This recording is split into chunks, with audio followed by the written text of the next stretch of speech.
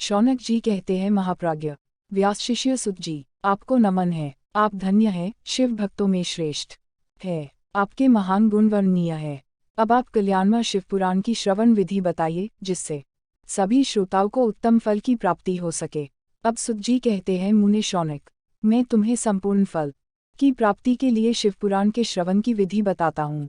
पहले किसी ज्योतिषी को बुलाकर के दानमान से संतुष्ट करके अपने सहयोगी लोगों के साथ बैठकर बिना किसी विघ्न बाधा के कथा की समाप्ति होने के उद्देश्य से शुद्ध मुहूर्त का अनुसंधान कराए और प्रयत्नपूर्वक देश देश में स्थान स्थान पर यह संदेश पहुँचाए कि हमारे यहाँ शिवपुराण की कथा होने वाली है। अपने कल्याण की इच्छा रखने वाले लोगों को कथा सुनने के लिए अवश्य यहाँ पधारना चाहिए। कुछ लोग भगवान श्री हरि की कथा से बहुत दूर हो चुके हैं। कितने ही स्त्री, शूद्र आदि भगवान शंकर के कथा कीर्तन से वंचित रहते हैं।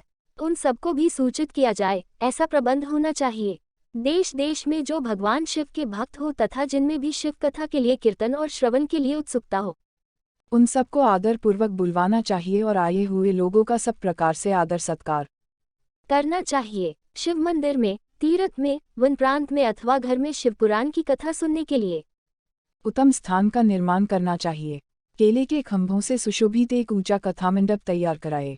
उसे सब और फल फूल आदि से तथा सुंदर चंदोवे से अलंकृत करे और चारों ओर ध्वजा पताका लगाकर तरह तरह के सामानों से सजाकर सुंदर शोभा संपन्न बना दे। भगवान शिव के प्रति हर प्रकार से उत्तम भक्ति करनी चाहिए। वही सब तरह से आनंद का विधान करने वाली है। परमात्मा भगवान शंकर के लिए दिव्य आसन का निर्माण करना चाहिए तथा कथावाचक के लिए भी एक ऐसा दिव्य आसन बनाना चाहिए जो उनके लिए सुखद हो सके। मुने, नियमपूर्वक कथा सुनने वाले श्रोताओं के लिए भी यथायोग्य सुंदर स्थानों की व्यवस्था करनी चाहिए। अन्य लोगों के लिए साधारण स्थान ही रखना चाहिए। जिसके मुख से निकली हुई वाणी देहधारियों के लिए कामधेनु के समान अभीष्ट फल देने वाली होती है, उस पुराणवेता विद्वान वक्ता के प्रति तुच्छ बुद्धि कभी नहीं करनी चाहिए। संसार में जन्म एवं गुणों के कारण बहुत से गुरु होते हैं, परंतु उन सब में पुराणों के ज्ञाता विद्वान ही परम गुरु माना गया है।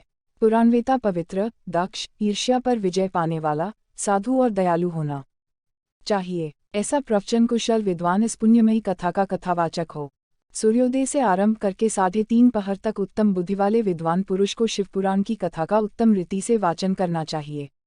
मध्याह्न काल में 2 घड़ी तक कथा को विराम देना चाहिए, जिससे कथा कीर्तन से अवकाश पाकर लोग मल मूत्र का त्याग कर सके।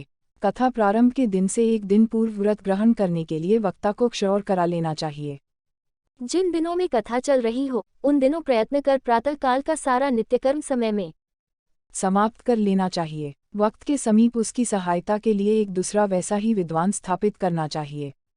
वह विद्वान भी लोगों को समझाने में कुशल एवं सभी प्रकार से संशयों को निवृत्त करने में समर्थ हो तथा में आने वाली विघ्नों को दूर करने के लिए भगवान गणेश का पूजन करे तथा के स्वामी भगवान शिव जी की तथा विशेषतः शिवपुराण की पुस्तक की भक्ति भाव से पूजन करे।